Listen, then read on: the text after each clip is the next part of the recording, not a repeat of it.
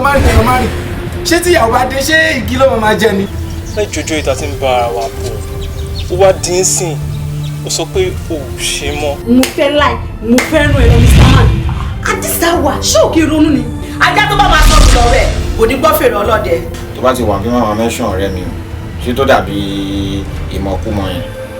yes now. dàbí ìmọ̀kúmọ̀ lẹ́nu tiẹ̀ ṣé yẹ kí yẹn jábọ́ lẹ́nu. o lè fi mí wé ọ̀rẹ́ mi náà. iná ò lè dá inú ilé ò lè túnṣe orí bẹ́ẹ̀dì náà ò lè ṣe é náà.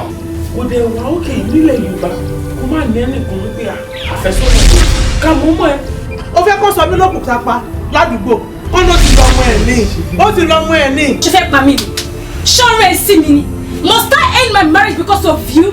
tí gbìnrín bá ti tẹnu mọ́gi ó máa ń gùn ni o. ọba àwòtá náà ni mo ṣe fẹ́ yàwó ṣé ọ̀rọ̀ mi ẹ yẹ so now mo lè níyàwó lẹ́sìn kí tún máa nídìí ẹ̀ kó máa sọ fún mi pé no time.